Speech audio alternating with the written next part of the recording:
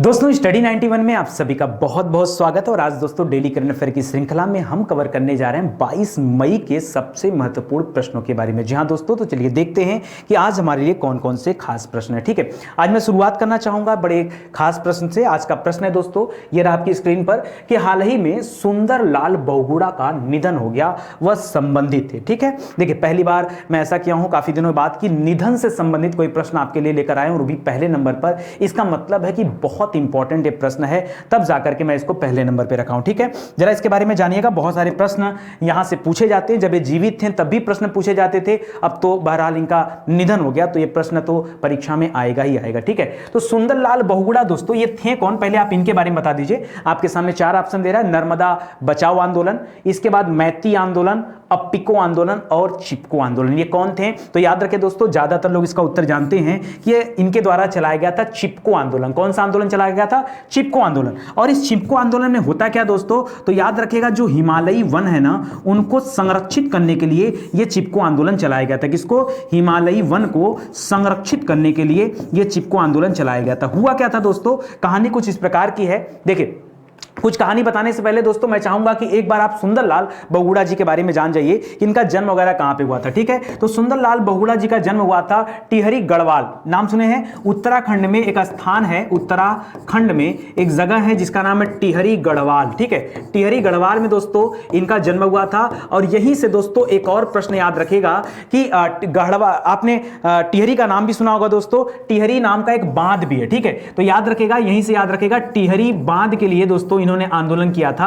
ठीक है, यह भी याद रखिएगा, यह भी इंपॉर्टेंट है। ठीक है, एक तो इसको भी याद रखेगा। और जन्म भी इनका कहां हुआ था? तो टिहरी गढ़वाल में हुआ था। ठीक है, इसके अलावा दोस्तों इनका निधन किस प्रकार हुआ, तो याद रखिएगा कोविड से ये जो है प्रभावित थे। ठीक है, कोविड-19 की वजह से इनका निधन हुआ और इनकी उम्र थी 94 वर्ष। ठीक है, तो इतनी बातें तो आप याद रखिएगा। ठीक है, अब आगे बढ़ते हैं दोस्तों। तो मैं आपको बता रहा था दोस्तों यहां पर कि इन्होंने हिमालयी वन का संरक्षण किया, इसके लिए दोस्तों इन्होंने चलाया था चिपको आंदोलन। शुरुआत में क्या हुआ कि जब वन काटे जा रहे थे, नगरीकरण बढ़ रहा था, जब वन काटे जा रहे थे, उस दौरान दोस्तों वनों को संरक्षित करने के लिए, बचाने के लिए इन्होंने चिपको आंदोलन चलाया था कि सभी लोग एक एक पेड़ को पकड़ करके चिपक कर खड़े हो जाएं कि नहीं, ये पेड़ ही हमारी जान है और इसको हम यहां से कटने नहीं देंगे। कुछ इस तरह का आंदोलन था।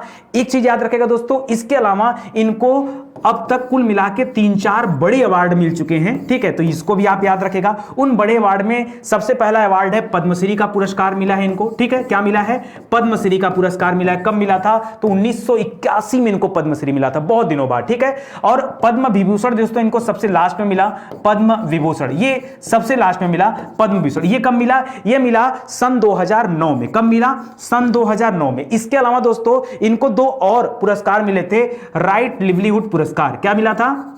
राइट लिवलीहुड पुरस्कार, याद रखिएगा, यह पुरस्कार भी इनको मिला था। और जमुना लाल बजाज, ठीक है, जमुना लाल बजाज पुरस्कार भी इनको मिला हुआ था। ठीक है, तो अब देखिए जाहिर सी बात है कि अगर इतने सारे पुरस्कार किसी एक व्यक्ति को मिला हो, इसका मतलब वो व्यक्ति बहुत इंपॉर्टेंट, और ऐसे व्यक्ति का निधन भी हमारे लिए याद रखने योग्य है कि नहीं, आप याद रखिए। ठीक है, तो इसको याद रखेगा। इसके अलावा जो अन्य 2-3 आंदोलनों का नाम यहां पे दे रहा है, एपिको आंदोलन, नर्मदा बचाओ आंदोलन, मैती आंदोलन, इनके बारे में भी आप जानिए। जिस तरह से उत्तर भारत में चिपको आंदोलन चला था, उसी प्रकार से दक्षिण भारत में एक आंदोलन चला था कर्नाटक में, जिसका नाम था एपिको आंदोलन। क्या नाम था? एपिको आंदोलन। ठीक है, इसको भी याद रखिए, एकदम चिपको आंदोलन के जैसा ही था। कभी कभी दोस्तों 1-2 एक्स्ट्रा प्रश्न भी यहां पर पूछता है चिपको आंदोलन के बारे में, जो मैं बताना आपको भूल गया। जैसे प्रश्न पूछता है कि चिपको आंदोलन से संबंधित लोग कौन कौन थे। ठीक है, कौन कौन लोग थे जो चिपको आंदोलन से संबंधित थे। जैसे कभी कभी आपसे पूछता है ना, 1942 में जो भारत छोड़ो आंदोलन हुआ था, उसके बाद जब सारे राष्ट्रीय नेता गिरफ्तार हो गए थे, उसके बाद कौन भूमिगत रूप से क्या कर रहा था, रेडियो का संचालन चल रहा था, तो वहां पे 3-4 लोगों का नाम आप पढ़ते हो। ठीक है, और आशफ अली वगैरह का नाम वहां पढ़ते हो। उसी तरह से चिपको आंदोलन में और कौन कौन है भी आपको बताना था। ठीक है, तो याद रखिए सबसे बड़े तो यही थे, सुंदरलाल बहुगुणा। पहले तो आप इन्हीं का नाम याद रखिए। ठीक है, सुंदरलाल बहुगुणा। ठीक है, इसके अलावा दूसरा सबसे महत्वपूर्ण नाम है दोस्तों गौरा देवी। क्या नाम है? गौरा देवी। इनसे भी आपकी परीक्षा में प्रश्न पूछा जा चुका है, गौरा देवी से। ठीक है, इसके अलावा दोस्तों महिलाएं बहुत ज्यादा इसमें पार्टिसिपेट की की थी, एक महिला थी सुदेशा देवी, ठीक है, गौरा देवी, सुदेशा देवी, इन दोनों लोग का नाम आप अवश्य याद रखेगा। और जो चौथा नाम बहुत इंपॉर्टेंट है, चंडी प्रसाद भट्ट, ठीक है, क्या नाम है, चंडी प्रसाद भट्ट, इनका नाम अवश्य याद रखेगा। क्यों? क्योंकि चंडी प्रसाद भट्ट जी को आगे चल के रेमन मैग्सेसे पुरस्कार मिला। जी हां दोस्तों, रेमन मैग्सेसे पुरस्कार याद रखेगा, फिलीपींस की तरफ से दिया जाता है, ठीक है, और वहां के राष्ट्रपति के नाम पे इस पुरस्कार का नाम पड़ा था रेमन मैग्सेसे, ठीक है, क्योंकि रेमन मैग्सेसे जो है वो राष्ट्रपति रहे हैं कहां पर, फिलीपींस में। तो याद रखेगा दोस्तों, फिलीपींस की राजधानी कहां पर है, तो मनीला इसकी राजधानी है। जो हम लोग पढ़ते हैं चावल अनुसंधान केंद्र कहां पर है, तो पढ़ते हैं मनीला में है, ठीक है। और भारत में कहां पर है, तो याद रखेगा कटक में है। एक नया क्षेत्रीय चावल अनुसंधान केंद्र बना था दोस्तों, वो आपके वाराणसी के पास में बना था, ठीक है। ये सारे तथ्य आप याद रखेगा। यहां पर देखिए चंडी प्रसाद भट्ट, वो भी इसी आंदोलन से संबंधित हैं, तो उनका नाम भी आप अवश्य याद रखेगा, ठीक है। बाकी अगर बात करेंगे एपिको आंदोलन की, तो एपिको आंदोलन चला था साउथ इंडिया में, कर्नाटक में चला था, इसको भी याद रखिएगा, ठीक है। ये भी चिपको आंदोलन के जैसा ही था, ठीक है। और यहां पर जो मैती आंदोलन दे रहा है, ये मैती आंदोलन भी उत्तराखंड से ही संबंधित है। उत्तराखंड राज्य में ही यह स्टार्ट हुआ था और इसके जनक माने जाते हैं कल्याण सिंह। क्या नाम है, कल्याण सिंह। कल्याण सिंह को इसका क्या माना जाता है, जनक माना जाता है। किसका, याद रखेगा, मैती आंदोलन का जनक माना जाता है। बाकी नर्मदा बचाओ आंदोलन दोस्तों एक अलग है। जब जवाहरलाल नेहरू ने 1961 में नर्मदा नदी पर एक सरदार सरोवर बांध बनाने की घोषणा किया, उसके बाद ही ये जो है आंदोलन शुरू हुआ, नर्मदा बचाओ आंदोलन। और यहां पर जो नाम आता है दोस्तों, यहां पे 2-3 लोगों का नाम आता है, बहुत इंपॉर्टेंट है, आप नोट ही कर लीजिए, अलग से मजा आ जाएगा, ठीक है। नर्मदा बचाओ आंदोलन में देखिए 2-3 नाम बहुत जरूरी है, ठीक है, वो आपसे परीक्षा में बार बार पूछा जाता है। जैसे मेधा पाटेकर का नाम सुना होगा आपने, मेधा पाटेकर, नाना पाटेकर मत बोलिएगा, मेधा पाटेकर, ठीक है। बाबा आपटे का नाम सुना होगा, सुना है कि नहीं?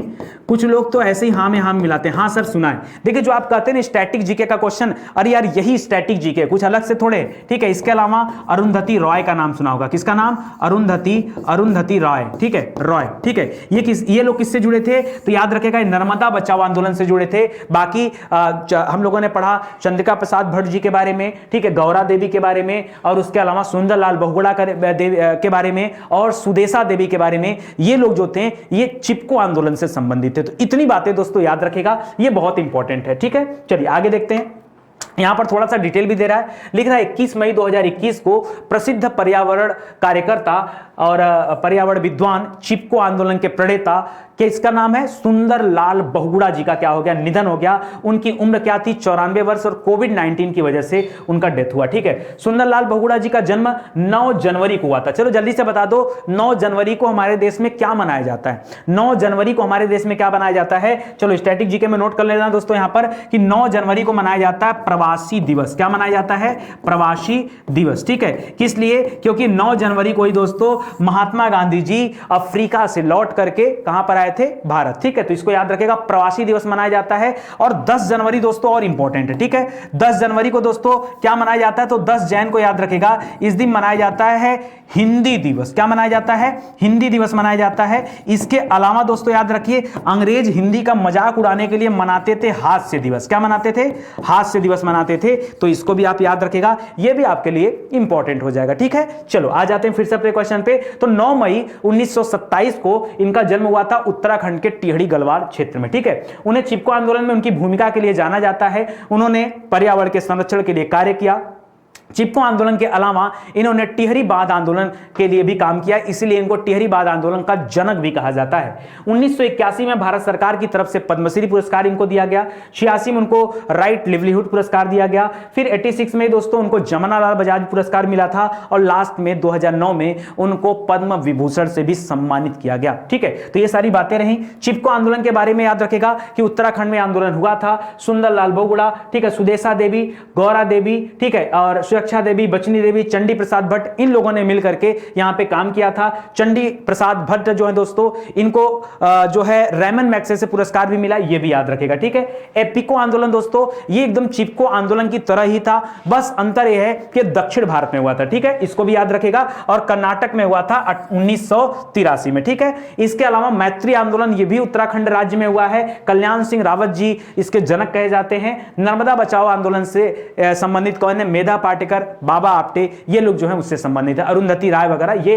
इससे संबंधित है। ठीक है, चलिए आगे बढ़ते हैं दोस्तों अपने अगले प्रश्न की तरफ। हाल ही में किस खेल को स्थगित कर दिया गया? जरा सोच समझ के बताओ कि वह कौन सा खेल है जिसको हाल ही में क्या कर दिया गया? स्थगित कर दिया गया। लिख रहा है शीतकालीन ओलंपिक 2022, ग्रीष्मकालीन ओलंपिक 2021, एशिया कप 2021 या राष्ट्रीय खेल 2021। ठीक है, जल्दी से बताइए दोस्तों, जल्दी से बताइए कि कौन से खेल को इसमें से क्या कर दिया गया है? स्थगित कर दिया गया। वो कौन सा खेल है जिसको स्थगित कर दिया गया? जल्दी से बताओ, समय आपके पास नहीं है, जल्दी से बताइए। चलिए आपका समय होता है समाप्त। यहां पर आ जाते हैं दोस्तों, हम बातचीत करते हैं यहां पर। दोस्तों अगर इस प्रश्न का सही उत्तर पूछेंगे तो मैं बताऊंगा कि एशिया कप 2021 जो श्रीलंका में होने वाला था वो अभी स्थगित हो गया। पूरी कहानी समझिएगा। पहली बार ये एशिया कप कहां रखा गया था? एशिया कप जो होने वाला था ये होने वाला था 2020 में, बट कोविड की वजह से दोस्तों इसको टाल दिया गया और ये एशिया कप होने वाला था पाकिस्तान में। कहां पर होने वाला था? पाकिस्तान में। ठीक है, लेकिन बात वहां नहीं बनी तो फिर से यह हुआ कि अब एशिया कप 2020 में नहीं होगा, एशिया कप होगा 2021 में। ठीक है, 2021 में, और जगह भी चेंज कर दिया गया। यह हुआ कि एशिया कप होगा श्रीलंका में। कहां पर होगा? श्रीलंका में। लेकिन इस बार भी देखिए, इस बार भी कोविड की वजह से क्या कर दिया गया था? टाल दिया गया था। और दोबारा 2021 में जो प्रस्तावित था इसको भी जो है कोविड की वजह से टाल दिया गया, क्योंकि श्रीलंका में कोविड के मामले थोड़ा ज्यादा हैं, इसलिए दोस्तों इस खेल को कैंसिल कर दिया गया। ठीक है, एशिया कप को क्या कर दिया गया? कैंसिल कर दिया गया। ठीक है, इसके अलावा दोस्तों अगर आप राष्ट्रीय खेलों की बात करेंगे तो राष्ट्रीय खेल 2021 में होने वाले हैं और ये होंगे कहां पर? याद रखेगा, छत्तीसगढ़ में होंगे। कहां पर होंगे? ये छत्तीसगढ़ में होगा। ठीक है, राष्ट्रीय खेल कहां पर होगा? छत्तीसगढ़ में। और ओलंपिक दोस्तों कहां पर होने वाला है? तो आपको पता होगा कि ग्रीष्मकालीन ओलंपिक और शीतकालीन में अंतर है। जो 2021 में होने वाला है ये होने वाला है टोक्यो में। कहां पर होने वाला है? टोक्यो, जापान में होने वाला ओलंपिक। ठीक है, इसको याद रखेगा। और जो शीतकालीन ओलंपिक है ये कहां पर होगा दोस्तों? तो ये होगा चीन में। शीतकालीन ओलंपिक वो भी इस साल नहीं होगा, ये होगा 2022 में। और कहां पर होगा? तो चीन की राजधानी है बीजिंग, यहां पर होगा, तो इसको भी याद रखेगा। ठीक है, बीजिंग में होगा, ये होगा 2022 में शीतकालीन ओलंपिक। ठीक है, तो इसको भी याद रखेगा। इसके अलावा जो इंपॉर्टेंट बातें ये मैंने बता दिया आपको, ये बातें आप याद रखेगा। ठीक है, और जरूरी बात आप क्या याद रख सकते हो? ये याद रख सकते हो कि एशिया कप को सर्वाधिक बार या भारत ने कितने बार जीता है। यह भी एक इंपॉर्टेंट प्रश्न बन सकता है कि एशिया कप भारत ने कितने बार जीता है। तो याद रखेगा, एशिया कप भारत ने जीता है 7 बार। ठीक है, 7 बार। वहीं जहां पर मैच हो रहा था दोस्तों, श्रीलंका की बात करें तो श्रीलंका ने एशिया कप कितने बार जीता है? तो याद रखेगा दोस्तों, श्रीलंका ने एशिया कप जीता है कुल 5 बार। अभी तक एशिया कप श्रीलंका ने जीत चुका है। ठीक है, एक प्रश्न और दोस्तों यहां पे इंपॉर्टेंट बना सकते हैं आप। देखिए जानबूझ के प्रश्न पैदा करिए ना, मजा आएगा। ठीक है, एशिया कप। ठीक है, एशिया कप के बारे में देखिए 3-4 अच्छे फैक्ट मैं आपको बता दूं।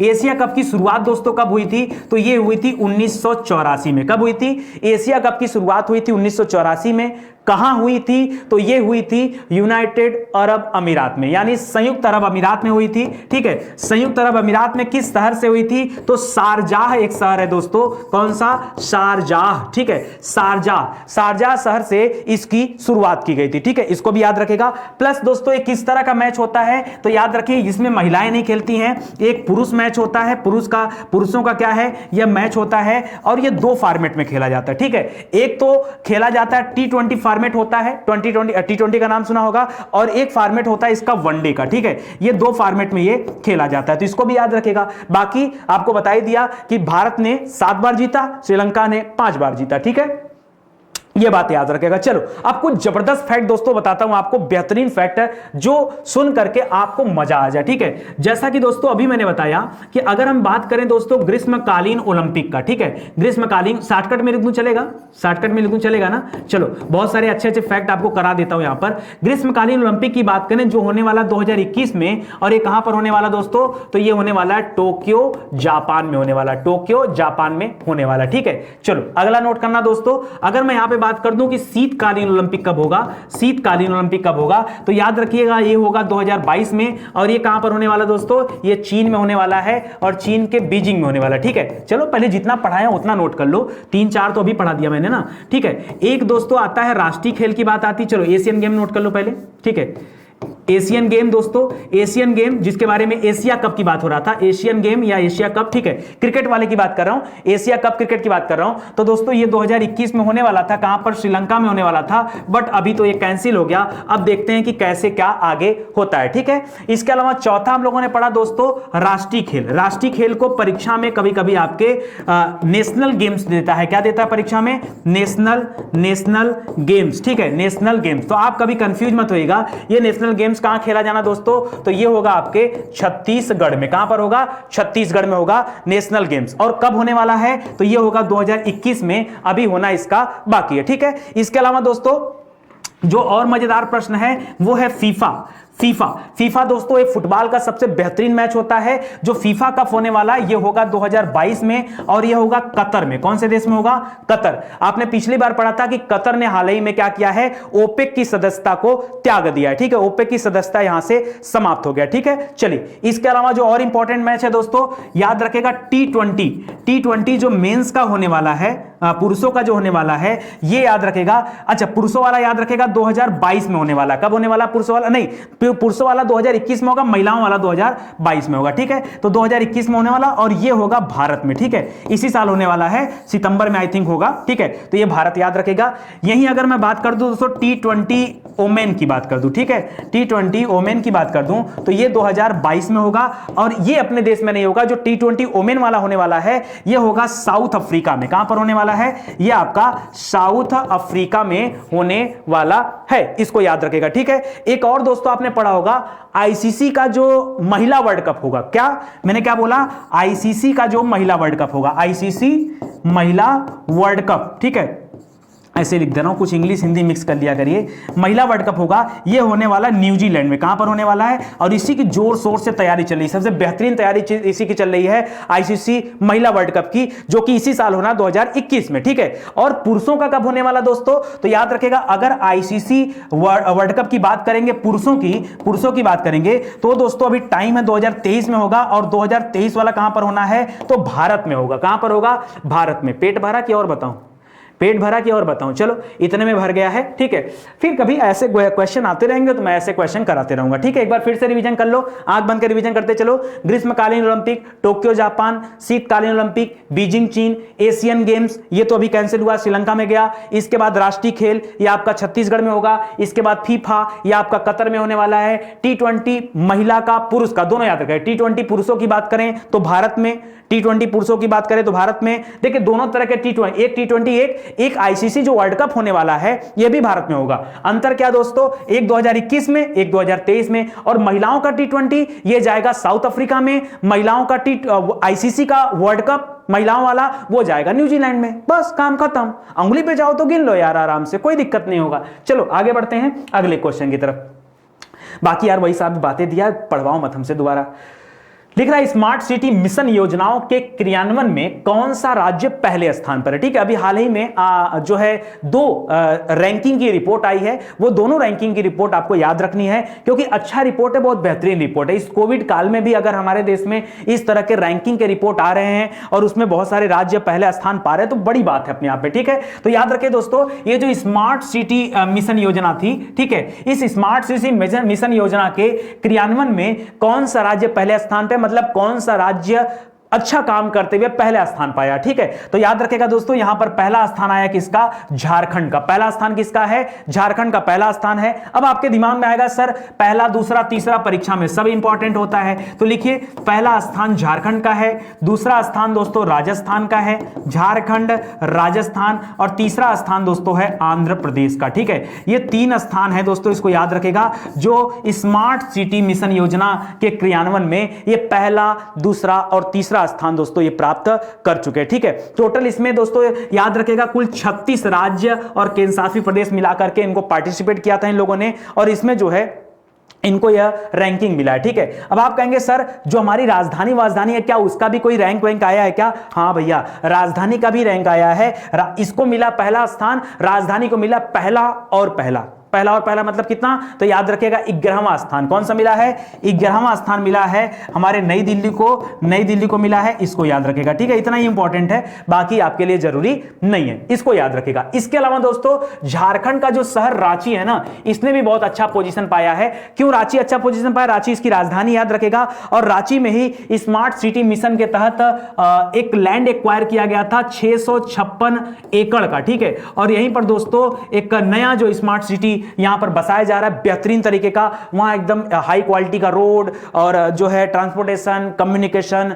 और वहां की इंफ्रास्ट्रक्चर, ठीक है। वहां पर वाटर सप्लाई, मतलब सब कुछ जितना भी स्मार्ट सिटी में जरूरी चीजें होती हैं उन सभी का ख्याल रख करके इस 656 एकड़ की जो जमीन है इस पे एक नए शहर का जो है निर्माण किया जाना है। तो ये अपने आप में बहुत बेहतरीन प्रश्न है, ठीक है। इसके अलावा दोस्तों याद रखेगा मुख्यमंत्री, सिंपल सी बात है, मुख्यमंत्री कौन है, तो हेमंत सोरेन है, याद रखेगा हेमंत सोरेन यहां के सीएम है। और राज्यपाल कौन है, तो मुर्मू, राज्यपाल कौन है, चंद्राणी मुर्मू, चंद्राणी कह रहा हूं यार, द्रौपदी मुर्मू, क्या नाम है, द्रौपदी मुर्मू, ठीक है, द्रौपदी मुर्मू, इसको याद रखेगा दोस्तों। ये भी आपका इंपॉर्टेंट प्रश्न होगा, तो ये आप याद रखेगा, ठीक है। स्मार्ट सिटी मिशन में ये झारखंड का पहला स्थान है, ठीक है। चलिए आगे बढ़ते हैं। हाल ही में कौन सा विध्वंसक आईएनएस अभी सेवा मुक्त हो रहा है, ठीक है। सेवा मुक्त कौन हो रहा है ये आपको बताना है। देखिए ये प्रश्न बड़ा इंपॉर्टेंट है और इस प्रश्न में मैं आपको कुछ खुफिया जानकारी देने वाला हूं, खुफिया नहीं यार, मजेदार जानकारी देने वाला हूं।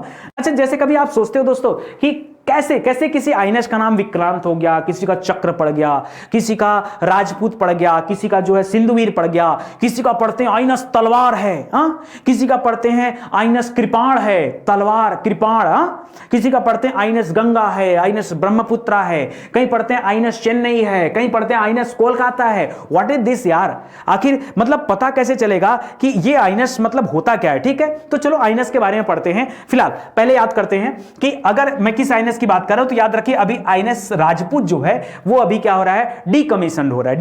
एक शब्द होता है कमीशन, कमीशन माने होता है उसको शामिल किया जा रहा है, यानी आईएनएस राजपूत को कब शामिल किया गया था, तो आज से 41 साल पहले शामिल किया गया था। याद रखेगा 4 मई को इसको कमीशन किया गया था। सन कौन सा था, आप 41 साल पहले चले जाइए, 41 साल, अब 2021 चल रहा है, 41 साल पीछे जाएंगे तो क्या आ जाएगा 1980 में इसको शामिल किया गया था, ठीक है।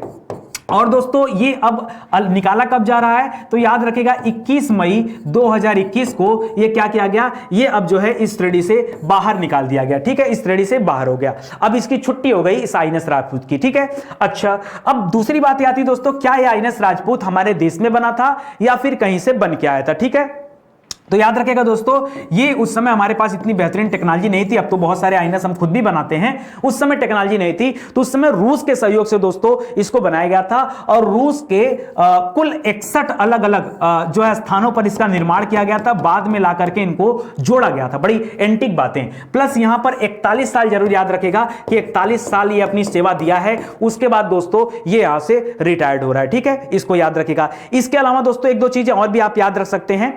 कहा जाता है दोस्तों ये भारत का पहला विध्वंसक आईएनएस था। क्या था, विध्वंसक। जब इसको शामिल किया गया उस समय यह भारत का पहला और एकमात्र विध्वंसक आईएनएस हुआ करता था जो इस श्रेणी में था, ठीक है। अच्छा, आपको जानकर के हैरानी होगी दोस्तों कि अगर मैं इसकी बात करूं, ये वही आईएनएस है जिससे क्या किया गया था, ब्रह्मोस मिसाइल का परीक्षण किया गया था। क्या किया गया था, ब्रह्मोस का, जिससे आपने पृथ्वी 3 मिसाइल का नाम सुना होगा, इसका भी परीक्षण किया गया था। तो आप समझो कि कितना बेहतरीन ये आईएनएस राजपूत हुआ है, ठीक है, जिसका अभी क्या किया जा रहा है, ये अभी सेवा से बाहर हो रहा है, ये अभी सेवा निवृत्त हो रहा है, ठीक है। अब मैं बात करता हूं कुछ मजेदार पॉइंट्स पर जिसको सुन करके आपको मजा आ जाएगा, ठीक है। अच्छा, यहां से एक आध प्रश्न आप और भी जोड़ सकते हैं, जैसे ये अपनी एक बार सेवाएं दिया था दोस्तों, कई तरह के ऑपरेशन होते रहते हैं, ठीक है। तो एक ऑपरेशन हुआ था ऑपरेशन अमन, क्या नाम था, ऑपरेशन अमन, ऑपरेशन अमन, यमन मत करिएगा, ये ऑपरेशन अमन की बात कर रहा हूं, ऑपरेशन कैक्टस की बात कर रहा हूं, कैक्टस, ठीक है, ऑपरेशन अमन, ऑपरेशन कैक्टस, इस तरह के कई सारे ऑपरेशन में जो है ये शामिल रहा है, ठीक है। तो इसको भी याद रखिएगा। चलिए अब इसके बारे में कुछ बेहतरीन बातें मैं आपको बताता हूं जो शायद आप नहीं जानते, ठीक है। देखिए आईएनएस में दोस्तों कुछ अलग टाइप के आईएनएस होते हैं, जैसे मान लीजिए एक आपको कहानी बता रहा हूं, मान लीजिए कोई क्रूजर टाइप का आईएनएस है, क्या है, क्रूजर है, या फिर इस क्रूजर को डिस्ट्रॉयर भी बोलते हैं। क्या बोलते हैं? डिस्ट्रॉयर भी कहा जाता है, ठीक है। अगर ये क्रूजर और डिस्ट्रॉयर टाइप के जो भी आईएनएस होते हैं, इन आईएनएस का नाम या तो किसी स्थान के नाम पे रखा जाता है, या तो किसी फिक्स है स्थान के नाम पर, या किसी योद्धा के नाम पर, या किसी शहर के नाम पर, ठीक है। तो बात तो ये स्थान कर दिए, चाहे शहर कर दिए, चाहे योद्धा कर दिए, तो इसके नाम पे। अब जैसे हम पढ़ते हैं दोस्तों, आईएनएस दिल्ली है, आईएनएस दिल्ली है, ठीक है। आईएनएस दिल्ली हम लोगों ने पढ़ लिया, आईएनएस कोलकाता पढ़ लिया, आईएनएस कोलकाता पढ़ लिया। तो याद रखेगा दोस्तों, ये सब क्या है? ये सब क्या माना जाता है? ये एक तरह के क्रूजर आईएनएस माने जाते हैं, डिस्ट्रॉयर आईएनएस माने जाते हैं, ठीक है। इसके अलावा दोस्तों याद रखिए, ऐसे आईएनएस जो युद्धपोत के रूप में काम करते हैं, किसमें? युद्धपोत के रूप में उनको जो है निर्माण किया गया है। तो जो युद्धपोत वाले होते हैं, अलग पेन कर दूं तब समझ में आएगा, इनका नाम या तो किसी नदी के नाम पर रखा जाता है, या तो किसी पहाड़ के नाम पर रखा जाता है, नदी या पहाड़। जैसे आपने सुना होगा आईएनएस गंगा का नाम, ठीक है। आपने सुना होगा आईएनएस ब्रह्मपुत्रा का नाम, ठीक है। सुना है कि नहीं? सुना है कि नहीं? चलिए, आईएनएस गंगा हो गया, आईएनएस ब्रह्मपुत्रा हो गया, ठीक है। इस तरह से नदियों के नाम पर भी दोस्तों क्या पड़े हैं? बहुत सारे युद्धपोत के नाम रखे गए, ठीक है। या फिर दोस्तों कई बार हथियारों का नाम भी आ जाता है, तो उसको भी याद रखें, ठीक है। जो लड़ाकू टाइप के होते हैं, जो लड़ाकू टाइप के पोत होते हैं ना, उनका नाम कैसे रखा जाता है? तो लड़ने के लिए क्या इस्तेमाल करते हैं? जैसे लड़ने के लिए तलवार, ठीक है। लड़ने के लिए तलवार, तो याद रखिए आपने पढ़ा आईएनएस तलवार का नाम, ठीक है। लड़ने के लिए इस्तेमाल किया जाता है कृपाण, ठीक है। तो यहां पर आया दोस्तों आईएनएस कृपाण, ठीक है। इस तरह के नाम भी यहां पर रखे जाते हैं, ठीक है। कुछ मल्टीपर्पज वाले होते हैं, बहुत सारे काम करते हैं, मल्टीपर्पज के होते हैं। तो जो मल्टीपर्पज वाले होते हैं दोस्तों, याद रखेगा, ये मल्टीपर्पज वाले पेट्रोलिंग का काम करते हैं, ठीक है। पेट्रोलिंग माने क्या होता है? सीमा की देख रेख करना, ठीक है। तो इसका नाम दोस्तों आइलैंड वगैरह के नाम पे रखा जाता है। जैसे रख दिया गया कि आईएनएस काला पानी, जैसे कि रख दिया गया आईएनएस कार निकोबार, ठीक है। इस तरह के नाम भी दिए जाते हैं, तो इससे संबंधित होता है। ये थोड़े से फैक्ट थे, इसको भी आप याद रखेगा। थोड़े मजेदार बातें हैं, पढ़ाई लिखाई के साथ साथ अगर ये सभी बातें आपको पता चलेंगी तो आपको थोड़ा सा और ज्यादा इंटरेस्ट आएगा, ठीक है। बढ़ते अगले प्रश्न की तरफ। लिख रहा है राष्ट्रीय आतंकवाद विरोधी दिवस कब मनाया जाता है, ठीक है। इसको बोलते हैं दोस्तों नेशनल एंटी टेररिज्म डे, ठीक है। तो दोस्तों ये दिवस कब मनाया जाता है? दोस्तों याद रखेगा, यह दिवस मनाया जाता है हर साल 21 मई को। क्यों मनाया जाता है? क्योंकि इसी दिन दोस्तों हमारे पूर्व प्रधानमंत्री रहे, जिनका नाम है राजीव गांधी। क्या नाम है? राजीव गांधी, ठीक है। ये इंदिरा गांधी के पुत्र थे, राजीव गांधी, ठीक है। और इनका दोस्तों क्या हो गया? देहांत हो गया, ठीक है। तो याद रखेगा, अभी राहुल गांधी प्रियंका गांधी के ये पिताजी हैं, सोनिया गांधी के पति, याद रखेगा राजीव गांधी, इनका क्या हो गया? देहांत हो गया। कैसे देहांत हो गया? तो इनकी पुण्यतिथि है दोस्तों कब? 21 मई को। तो ये उसी पुण्यतिथि पर दोस्तों ये दिवस मनाया जाता है। क्यों दोस्तों ये आतंकवाद दिवस क्यों मनाया जाता है? क्योंकि ये माना जाता है कि एक बार का क्या हुआ था कि ये गए थे, लोकसभा का चुनाव लड़ रहे थे, तो गए थे प्रचार वगैरह करने दक्षिण भारत, साउथ इंडिया, ठीक है। वहां पर जाके प्रचार कर ही रहे थे कि इनको जो है वहां पर बम विस्फोट हो गया और उसमें इनकी मृत्यु होगी। चलिए, उससे बताने से पहले मैं कुछ अच्छे पहले फैक्ट बता दूं, तब आपको समझ में आ जाएगा। जैसे राजीव गांधी की बात करूं तो राजीव गांधी भारत के 6ठे नंबर के क्या थे? प्रधानमंत्री थे, ठीक है। आपने पढ़ा होगा बचपन में इस तरह का फार्मूला, जलई मोचई रविचपी, पढ़ा है कि नहीं? देखिए हम लोग ऐसे बचपन पढ़ते थे, जलई मोचई, ठीक है, मोचई रविचपी,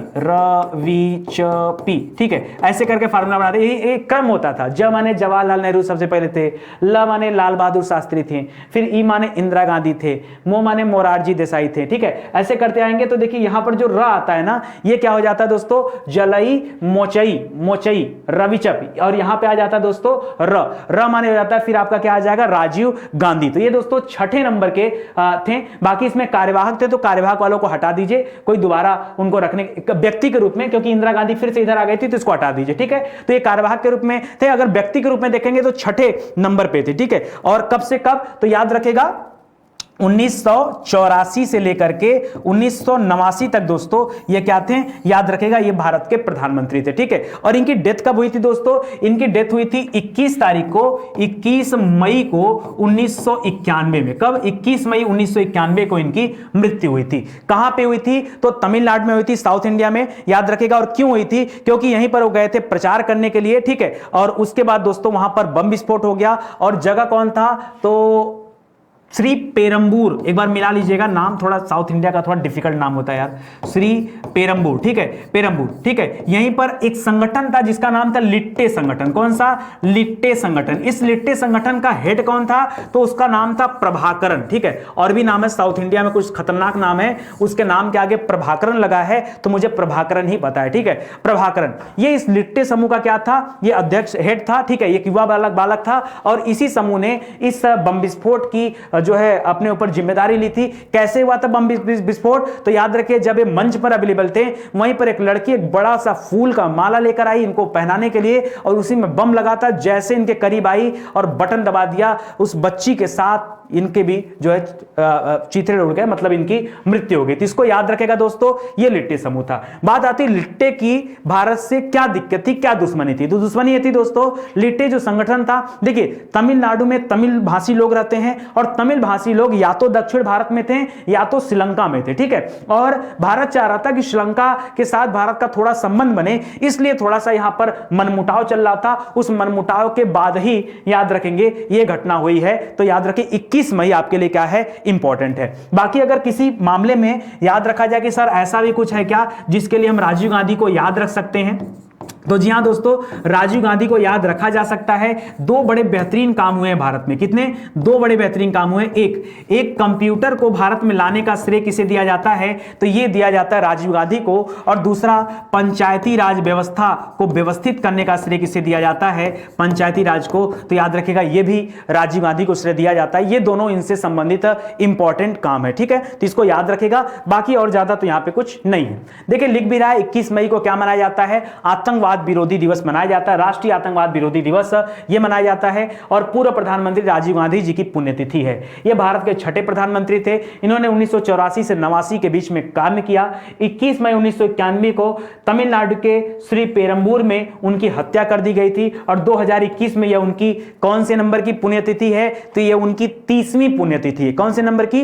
30वीं पुण्यतिथि है। राष्ट्रीय आतंकवाद विरोधी दिवस आतंकवाद और मानव समाज पर इसके प्रभाव के बारे में जागरूकता बढ़ाने के लिए मनाया जाता है। यह दिन शांति और मानवता का संदेश भी फैलाता है, ठीक है। राजीव गांधी ने अपनी मां और भारत की पूर्व पीएम इंदिरा गांधी की हत्या के बाद प्रधानमंत्री पद को संभाला था और उसके बाद दोस्तों उनकी भी जान चली गई, ठीक है। तो ये भी आप याद रखिएगा, ये सब इंपॉर्टेंट बातें। चलिए आगे बढ़ते हैं। हाल ही में किन दो देशों ने सबसे बड़ी परमाणु ऊर्जा परियोजना पर हस्ताक्षर किया है या वो जो है लॉन्च किया गया, ठीक है। तो जल्दी से बताइए वो दो देश कौन से हैं? याद रखिएगा दोस्तों, ये दो देश हैं, एक का नाम है चीन, दूसरा है रूस। ये दो देशों ने मिलकर के क्या किया है?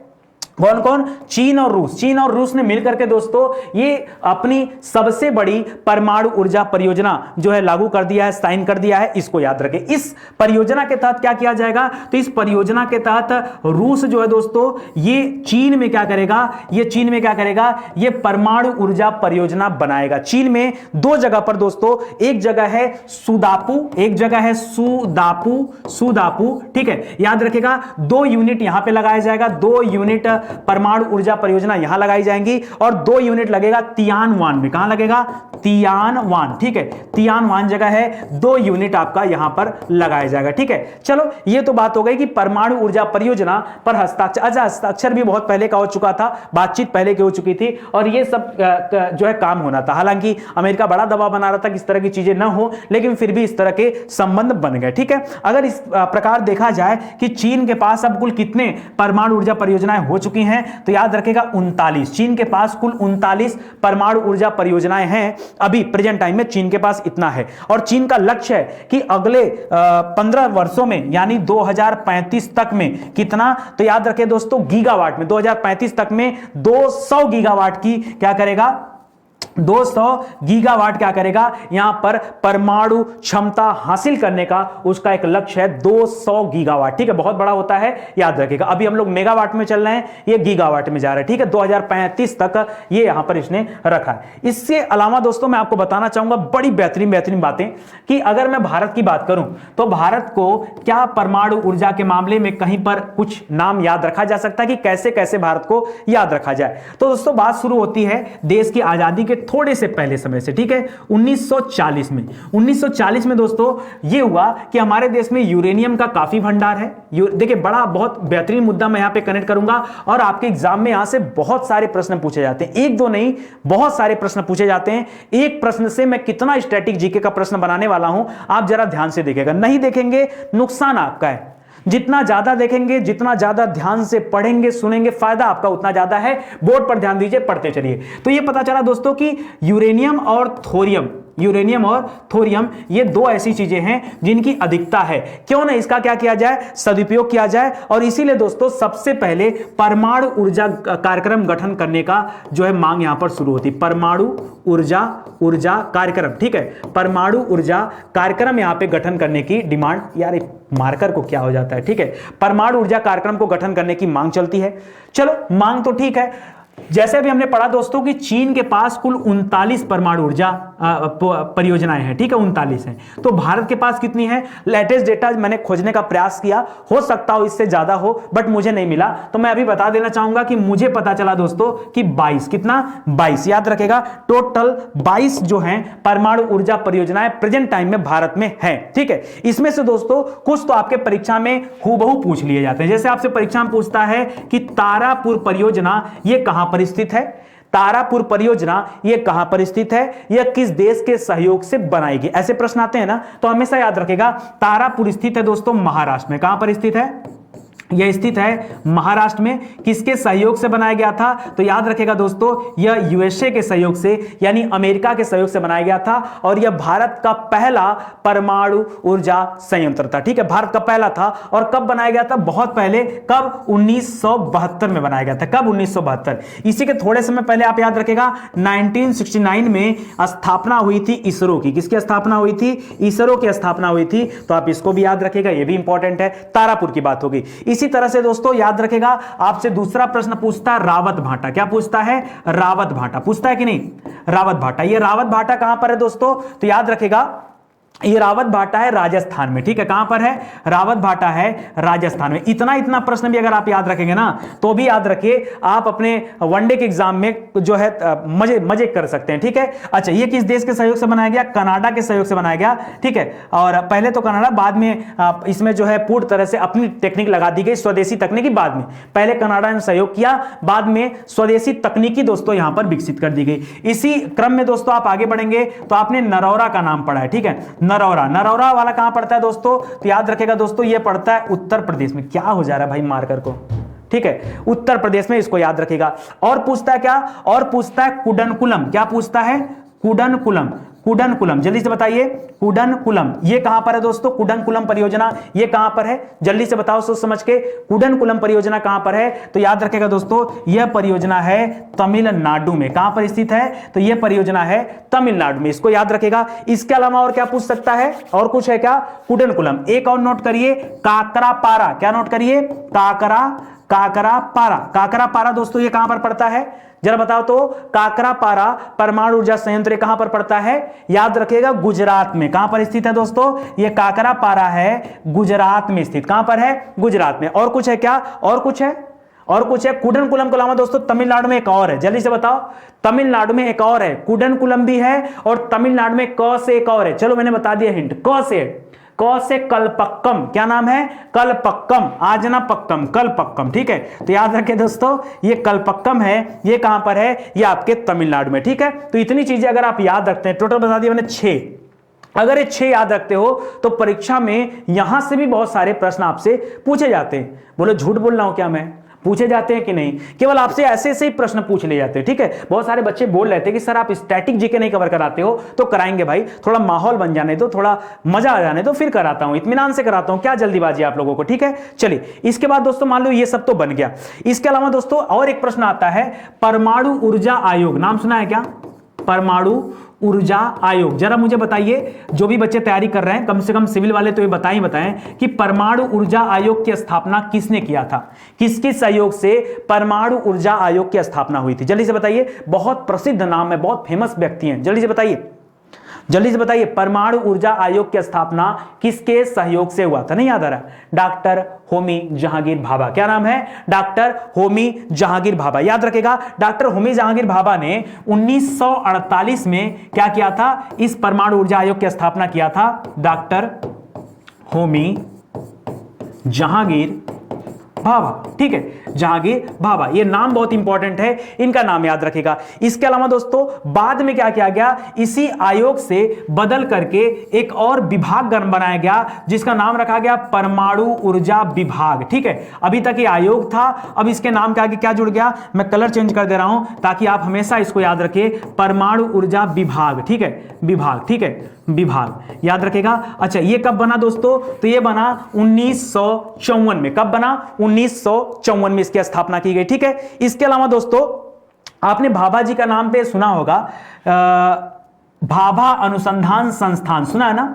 भाभा अनुसंधान संस्थान। तो जरा मुझे बताओ कि भाभा अनुसंधान संस्थान कब बनाया गया था? यह भी आपसे परीक्षा में पूछा जाता है। भाभा अनुसंधान संस्थान याद रखिए 1967 में बनाया गया था और मुंबई के ट्राम्बे में बनाया गया था। कहां पर बनाया गया था? भाभा अनुसंधान संस्थान, यह मुंबई के ट्राम्बे में स्थित है। 1967 में बनाया गया, ठीक है। और तब जाकर के नंबर आया किसका? तारापुर वाले का। 1969 में तारापुर का संयंत्र खोलने का प्लान चला। तारापुर कहां पर है दोस्तों? अभी पीछे पड़ा है ना, तारापुर महाराष्ट्र। इसको खोलने का प्लान चला, अमेरिका का सहयोग मिला और अमेरिका का सहयोग मिलने के बाद 1972 में बन करके तैयार हो गया, ठीक है। ये हमारे देश का क्या था? ये पहला जो है संयंत्र था जिसकी स्थापना की गई यहां पर इंडिया में, तो इसको भी याद रखेगा, ठीक है। फिर इसके बाद दोस्तों कहानी कहां शुरू होती है? फिर हम लोग 72 तक पहुंच गए ना, अब हम लोग पहुंचेंगे 74 में। आपने पढ़ा होगा 74 में पोखरण, राजस्थान के पोखरण में क्या किया गया? परमाणु परीक्षण किया गया था। कहां पर? अगर आपने नहीं जानते हैं परमाणु परीक्षण हुआ था तो आप एक बार पोखरण, एक मूवी है, किसकी है? ऋतिक रोशन की ना, तो उसको एक बार जरूर देखिएगा, ठीक है। परमाणु परीक्षण किया गया था दोस्तों, हालांकि तब बहुत ज्यादा मनाही थी लेकिन उसके बाद भी हम लोगों ने किया। ये कहां पर किया था? पोखरण में किया था। और पोखरण पड़ता है कहां पर? याद रखेगा, राजस्थान, ठीक है। तो इसको भी याद रखेगा, ये 74 वाले मामले हैं। इसके बाद दोस्तों लास्ट में आता अटल बिहारी वाजपेयी का समय, ठीक है। अटल बिहारी वाजपेयी का समय, और अटल बिहारी वाजपेयी के समय में 1998 में, कब? 1998 में 1998 में महीना ही चल रहा था 11 और 13 मई, मैंने आपको बताया भी था। फिर से एक बार क्या किया गया? परमाणु परीक्षण किया गया और इसमें हमें सहयोग मिला किसका? Missile man doctor APJ Abdul Kalam, ठीक है, सबसे बेहतरीन व्यक्ति हमारे देश के, तो इनका जो है हमें सहयोग मिला। तो ये सारे प्रश्न आप याद रखेगा। और कोई बात छूट रही क्या? चलो कुछ छूटेगी तो देख लिया जाएगा। आगे बढ़ते हैं दोस्तों और पढ़ते हैं। करा चीन और रूस ने यह समझौता किया है जो जिसमें जो है यहां पर परियोजना लगाई जाएगी। तो एक परियोजना दोस्तों सुदापू में है और एक परियोजना चल रही तियानवान में, दोनों जगह 2-2 यूनिट लगाया जाएगा, इसको भी याद रखेगा। अभी चीन के पास कुल मिलाजुलाकर 29 परमाणु ऊर्जा संयंत्र हैं। इसके अलावा चीन परमाणु शक्तियों के बीच इस समय किस स्थान पर है दोस्तों? तो याद रखेगा तीसरे स्थान पर है। दूसरी ओर चीन अपनी तीसरी पीढ़ी का परमाणु टेक्नोलॉजी जिसका नाम है हुआलांग 2, इसको भी आगे बढ़ा रहा है और 2035 तक 200 गीगावाट का लक्ष्य रखा हुआ है प्राप्त करने का, ठीक है। तो इसको भी याद रखेगा। बाकी की बातें आगे लिखी हुई हैं, आप अगर पीडीएफ डाउनलोड करेंगे तो आप इन सभी तथ्यों को पढ़ सकते हैं। मैं रीड करने वाला यहां पर नहीं हूं। आप पीडीएफ डाउनलोड करिए, एप्लीकेशन डाउनलोड कर लीजिए, वहां से इत्मीनान से कर सकते हैं या फिर आप हमारी वेबसाइट से भी कर सकते हैं, ठीक है। चलिए, हर साल 21 मई को संयुक्त राष्ट्र द्वारा कौन सा दिवस मनाया जाता है? ठीक है, एक तो हम लोग राष्ट्रीय वाला पढ़ लिए, ठीक है, राष्ट्रीय आतंकवाद विरोधी दिवस, ठीक है। अब यहां पर कौन सा दिवस मनाया जाता है? तो याद रखेगा दोस्तों 21 तारीख को मनाया जाता है अंतरराष्ट्रीय चाय दिवस। क्या? चाय दिवस, ठीक है, याद रखेगा। देखिए यहां पर एक अच्छा सा चीज लिखा है कि जो वक्त के साथ बदल जाए वो राय होती है। जब जिंदगी में कुछ नहीं होता तो बस चाय होती है। क्या बात, क्या बात, मजा आ गया भाई, ठीक है। तो यहां पर देखिएगा 21 तारीख को मनाया जाता है चाय दिवस। 22 तारीख दोस्तों हमारे लिए बहुत इंपॉर्टेंट है, 22 मई को मनाया जाता है दोस्तों जैव विविधता दिवस, ठीक है, बहुत इंपॉर्टेंट है जैव विविधता दिवस। और यहां के जो मैंने तीनों लिखा है ना, ये खास करके तीनों दिवस जो दोस्तों हैं ये कब मनाए जाते हैं? ये मनाए जाते हैं 22 तारीख को, ठीक है। अब जल दिवस की बात करें तो ये मनाया जाता है 22 मार्च को, ठीक है। और पृथ्वी दिवस की बात करें तो ये मनाया जाता है 22 अप्रैल को, ठीक है। तो यहां पर याद रखेंगे, ये अक्सर करके हमारे परीक्षा में पूछ लिया जाता है। एक और पूछा जाता है दोस्तों, पहले तो आप इतना याद रखें, ये इंपॉर्टेंट है क्योंकि ये 22 है, ये 22 22 22 है। तो इसको आपको याद रखना बहुत आवश्यक है। इसको बढ़िया से आप जो है कैसे भी करके रट लीजिए। एक और पूछता है, वो मार्च में है, 3 मार्च को। क्या पूछता है? 3 मार्च को। ये है वन्य जीव दिवस। कौन सा? वन्य जीव दिवस। ये भी बहुत इंपॉर्टेंट है। और एक और याद रखिए, पर्यावरण दिवस। ठीक है, 5 जून को मनाया जाता है पर्यावरण दिवस। इसको भी याद रखिए, एक साथ सब बातें हो जाए ना, पर्यावरण दिवस। ठीक है, सब आपका कंप्लीट हो जाए। तो ये मोटी मोटा कम से कम 4-6 तो आप याद रखेगा। ठीक है, 16 सितंबर को याद रखेगा ओजोन दिवस। ठीक है, 16 सितंबर को। ये एक दूसरे से जुड़े हुए हैं, इसलिए मैं आपको यहां पर याद दिला दे रहा हूं। ठीक है, तो यहां पर चाय दिवस तो फिलहाल आप याद रखेगा। चाय की बात आई गई है तो ये बात हो जाए कि चाय की शुरुआत कहां से होती है। तो इसके कोई विश्वसनीय स्रोत तो नहीं मिलते हैं, लेकिन यह पता चलता है कि चाय की शुरुआत चीन से हुई थी। कहां से हुई थी? चाय की शुरुआत जो है आज से 5000 साल पहले ये चीन में स्टार्ट हुआ था और तब से जो है ये आता है। ठीक है, इसके अलावा इस दिवस की शुरुआत किसने किया? तो इस दिवस की शुरुआत किया था फाओ ने। किसने किया था? फाओ ने। फाओ के बारे में तो आप सभी जानते होंगे ना। फाओ माने क्या होता है? Food and Agriculture Organisation. भैया इतना नहीं जानते तो गड़बड़ हो जाएगा। ठीक है, तो इतनी बातें दोस्तों यहां पर आपको याद रखना है, ये आपके लिए इंपॉर्टेंट है। बाकी अगर चाय की बात करेंगे तो चाय के मामले में भारत दुनिया का सबसे बड़ा उपभोक्ता देश है। क्या है? भारत जो है ये चाय के मामले में दुनिया का सबसे बड़ा, ठीक है, दुनिया का टॉप लिख दे रहा हूं, क्या है? उपभोक्ता है। क्या है? उपभोक्ता है। कौन है? तो याद रखेगा भारत है। उपभोक्ता कौन है? भारत है। और चाय के मामले में बात करेंगे तो कौन कौन से देश हैं जो चाय के उत्पादन में नाम रखते हैं? जैसे श्रीलंका नाम रखता है, जैसे भारत नाम रखता है, जैसे मिस्र वगैरह का नाम भी आता है, जैसे चीन का नाम आता है, जैसे और क्या नाम आता है? इंडोनेशिया का नाम आता है। उधर साइड जाइए, इंडोनेशिया का नाम आता है। जैसे मुस्लिम कंट्री है, ठीक है, इंडोनेशिया। जैसे वियतनाम का नाम आता है। वियतनाम की राजधानी कहां है? हनोई। कहां पर है? हनोई। ठीक है, वियतनाम का आता है। अपने पड़ोसी देश के पास चले जाओ भाई, जैसे बांग्लादेश का नाम आता है, बांग्लादेश। ठीक है, जैसे नेपाल का नाम आता है। ये वो राज्य हैं जो चाय संघ से जुड़े हुए हैं, ये उनका नाम है। ठीक है, बाकी केन्या वन्या भी नोट करके रखिएगा, केन्या ये टॉप पर आता है। ठीक है, तो ये सब तथ्य भी आप याद रखिएगा। चलिए पढ़ते हैं इसके बारे में। लिख रहा है, हर साल 21 मई को संयुक्त राष्ट्र अंतर्राष्ट्रीय चाय दिवस मनाए जाने की बात की गई है और खाद्य कृषि संगठन द्वारा इसको अपनाया गया है। ठीक है, दुनिया के प्रमुख चाय उत्पादक देशों में श्रीलंका, इंडोनेशिया, वियतनाम, मिस्र, केन्या, उसके बाद बांग्लादेश, नेपाल, भूटान, भारत। ठीक है, भूटान नहीं है, नेपाल और भारत। ठीक है, ये सभी याद रखेगा। मलेशिया, मलावी, युगांडा, तंजानिया, इन सब में मनाया जाता है। ठीक है, और चाय का दूसरा सबसे बड़ा उत्पादक देश है भारत और उपभोक्ता के मामले में सबसे ऊपर है। ठीक है, उत्पादन में दूसरा स्थान, उपभोक्ता में पहला स्थान। ठीक है, इसको भी याद रखेगा।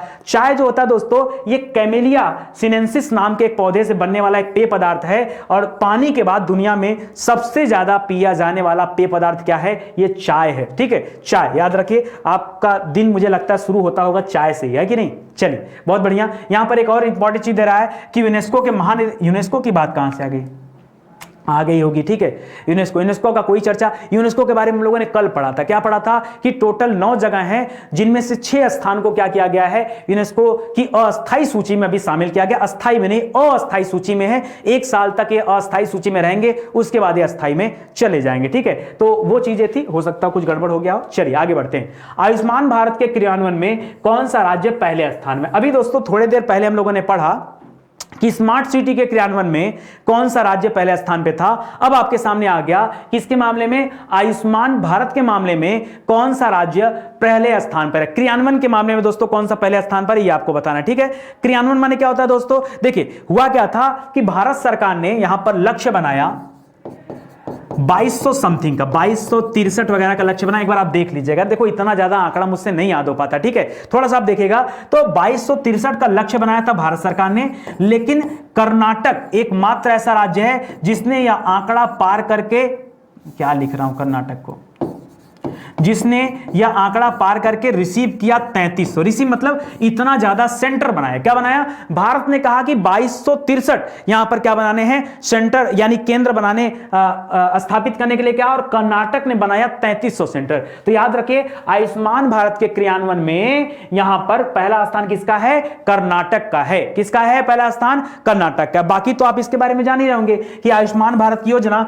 ये रांची से शुरू हुई थी और भारत सरकार के द्वारा स्टार्ट की गई थी। ठीक है, तो इसको भी याद रखेगा, ठीक है। चलिए इसके डिटेल के बारे में थोड़ा सा आगे बढ़ के हम पढ़ लेते हैं। ग्रामीण क्षेत्रों में व्यापक प्राथमिक स्वास्थ्य देखभाल प्रदान करने के लिए आयुष्मान भारत कार्यक्रम के तहत स्वास्थ्य और कल्याण केंद्र स्थापित करने में कर्नाटक को जो है पहला स्थान दिया गया। यहां पर भारत सरकार का कहना था कि 2263 केंद्र स्थापित किए जाएं, लेकिन कर्नाटक ने यहां पर 3300 केंद्र स्थापित करके एक नया रिकॉर्ड कायम किया। स्वास्थ्य और परिवार कल्याण विभाग के अनुसार वर्ष 2020-21 के लिए परियोजना के क्रियान्वयन की बात करें तो 95 में से 90 के स्कोर के साथ कर्नाटक यहां पर क्या है, टॉप पर स्थित है, ठीक है। 95 की स्कोरिंग हाईएस्ट थी, मतलब था नंबर, और उसमें से 90 स्कोरिंग किया है कर्नाटक ने।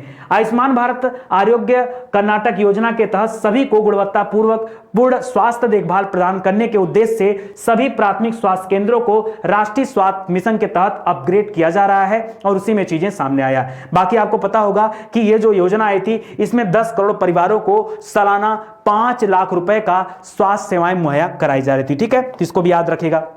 चलिए आगे देखते हैं। करा कि आयुष्मान भारत योजना क्या है। करा ये पहले पंडित दीनदयाल उपाध्याय जी की जयंती 25 सितंबर को मनाई जाती है। उस दिन ये देश भर में लागू किया गया था प्रधानमंत्री जन आरोग्य के नाम से, ठीक है। बाद में इसका नाम आयुष्मान भारत पड़ा और कर्नाटक की राजधानी बेंगलुरु है, ठीक है। राज्यपाल कौन है, वजुभाई वाला, और मुख्यमंत्री हैं BS येदियुरप्पा, ठीक है। तो इसको भी याद रखेगा, अच्छा प्रश्न है। आगे बढ़ते हैं। GI प्रमाणित घोलवट सपोटा यानी जो चीकू का एक वैरायटी है, यह किस राज्य से संबंधित है। एक्चुअली में दोस्तों यहां पर किसी को जीआई टैग वगैरह नहीं मिला है, जीआई टैग इसको पहले से मिला था। इस चीकू का नाम क्या है, घोलवट सपोटा।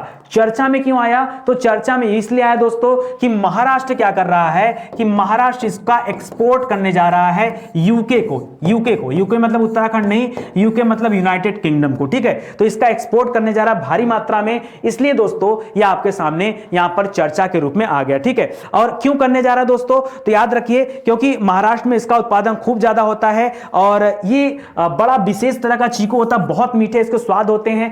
घोलवट एक्चुअली में दोस्तों इसका नाम इसलिए पड़ा क्योंकि घोलवट नाम का एक गांव है और उस गांव की मिट्टी में ऐसी कुछ बातें हैं जो इसको इस मीठा बनाती, क्योंकि बाकी के जो चीकू हैं वो इतना ज्यादा बेहतरीन नहीं है। और अगर सपोटा की बात करें, यानी सपोटा जो चीकू की वैरायटी है, इस वैरायटी की बात करें तो यह महाराष्ट्र में भी पाई जाती है, यह वैरायटी आपके कर्नाटक में भी पाई जाती है, मतलब कई सारे राज्यों में यह वैरायटी देखने को मिली है। आसपास के जितने भी राज्य जैसे कर्नाटक और महाराष्ट्र के एक साइड में आप गुजरात देख लीजिए, तो इन सब जगहों पर भी दोस्तों, केरल वगैरह में भी इस तरह के सपोटा की वैरायटी मिलती है। लेकिन याद रखिए यहां पर अगर बात करेंगे तो यह महाराष्ट्र वाली वैरायटी जो है ये कुछ ज्यादा ही बेहतरीन वैरायटी है, ठीक है। और कर्नाटक की बात करें तो कर्नाटक फलों के उत्पादन में अभी जो है पहला स्थान पर है, हाईएस्ट पर है, ठीक है, अधिक है, ठीक है। इसके बाद सेकंड नंबर पे महाराष्ट्र का नाम आता है, ठीक है। तो इसको भी याद रखिएगा। आगे बढ़ते हैं। करा इसी प्रकार की एक शुरुआत दोस्तों आंध्र प्रदेश के कृष्णा और चित्तौड़ जिलों से हुई थी, जिसमें किसानों से प्राप्त 2.5 मीट्रिक टन जीआई प्रमाणित बंगनपल्ली और स्वर्णरेखा आम, अभी उसको भी एक्सपोर्ट किया गया था, तो उसको भी याद रखिए। और ये चीकू वाली बात भी आप याद रखिएगा, ठीक है। आगे बढ़ते हैं। हाल ही में वर्ल्ड कोरियोग्राफी अवार्ड 2020 जीतने वाले पहले भारतीय बने हैं, ठीक है। कोरियोग्राफी अवार्ड मतलब क्या होता है दोस्तों, याद रखिएगा। कोरियोग्राफी का नाम सुना है ना, जो डांस वगैरह में कोरियोग्राफी होती थी, जैसे आपने देखा होगा टेरेंस लेविस का नाम, या फिर रेमो डिसूजा, गणेश आचार्य, सुरेश मुकुंद का नाम। तो याद रखें दोस्तों यह पुरस्कार मिला है सुरेश मुकुंद को, ठीक है। सुरेश मुकुंद जी इंडिया में कुछ नहीं ज्यादा तो नहीं किए, लेकिन अमेरिका में जाकर के इन्होंने धूम मचा के रखा है। अमेरिका का एक टीवी शो प्रोग्राम है डांस से संबंधित, उसमें जाकर के जीत हासिल किया। लिख रहा है कि सुरेश मुकुंद क्या किए हैं, ये वर्ल्ड कोरियोग्राफी अवार्ड जीतने वाले ये पहले भारतीय बन गए हैं। एमी अवार्ड नामांकित, देखिए इसको एमी अवार्ड के रूप में भी जाना जाता है, क्योंकि एमी अवार्ड जो दोस्तों अमेरिका में जो टेलीविजन पर सबसे बढ़िया प्रदर्शन करता है उसको दिया जाता है। कह रहा है कि भारतीय कोरियोग्राफर सुरेश मुकुंद ने 10वां वार्षिक कोरियोग्राफी अवार्ड जीता है, जिसे कोरिया अवार्ड्स भी कहा जाता है, ठीक है। उन्होंने hit America TV reality show में वर्ल्ड ऑफ डांस में, वर्ल्ड ऑफ डांस दोस्तों जैसे हम लोग यहाँ चलता है ना, डांस इंडिया डांस, ऐसे करके वहां पर एक टीवी शो चलता है जिसका नाम वर्ल्ड ऑफ डांस, उसमें काम के लिए टीवी रियलिटी शो प्रतियोगिता की श्रेणी में यह पुरस्कार जीता है। मुकुंद भारतीय डांस क्रू द किंग्स के निर्देशन और कोरियोग्राफर हैं, जिन्हें वर्ल्ड ऑफ डांस का 2019 का सीजन का खिताब जीता था। ठीक है दोस्तों, वर्ल्ड कोरियोग्राफी अवार्ड, इसको एक और नाम से जाना जाता है, डांस के ऑस्कर के नाम से जाना जाता है, डांस के ऑस्कर के नाम से जाना जाता है। याद रखिए, हर साल लॉस एंजलिस में टेलीविजन, फिल्म, विज्ञापन और डिजिटल सामग्री आदि के लिए जो दोस्तों इसमें कोरियोग्राफरों को यह पुरस्कार दिया जाता है। ठीक है, इसको भी याद रखिएगा। इसी के साथ दोस्तों आज का यह सेशन समाप्त होता है। उम्मीद करता हूं आपको अच्छा लगा होगा, मजा भी आया होगा। दोस्तों आप जुड़िए स्टडी 91 से, क्योंकि मैं बार बार आपसे कहता हूं कि स्टडी 91 है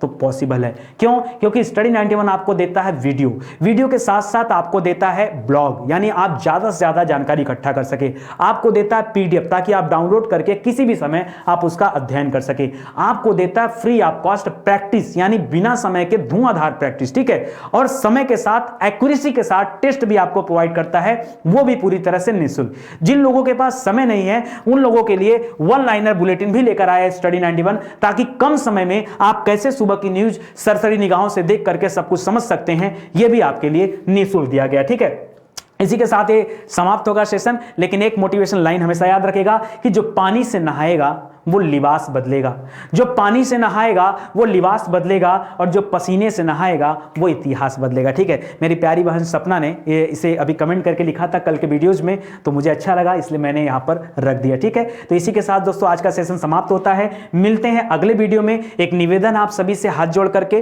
कि आप लोग दोस्तों ज़्यादा से ज़्यादा वीडियो को शेयर करें, ताकि अधिक से अधिक लोग जुड़े स्टडी 91 से। अगर आपको लग रहा है कि नितिन सर वाकई मेहनत कर रहे हैं, आपके लिए एंटीक चीज़ें लेकर आ रहे हैं, बेहतरीन कॉन्सेप्ट लेकर आ रहे हैं, तो मैं बार बार आपसे कहता हूं कि अगर आप हमारा साथ देंगे तो फिर मैं अथाह मेहनत करने को तैयार हूं। अदरवाइज कोई भी टीचर रहेगा दोस्तों, अगर आप उसका साथ नहीं देंगे तो डिमोटिवेट हो जाएगा और मामला वहीं खत्म हो जाएगा। ठीक है, तो आपकी चीजें आपके हाथ में है, सब कुछ आपके हाथ में है। ठीक है, आप चाहो तो ये क्लास चलती रहेगी, नहीं चाहोगे तो कोई बात नहीं। ठीक है, चलिए इसी के साथ ये समाप्त होता है। मिलते हैं अगले लेक्चर में, तब तक के लिए जय हिंद, जय Bharat. Thank you so much.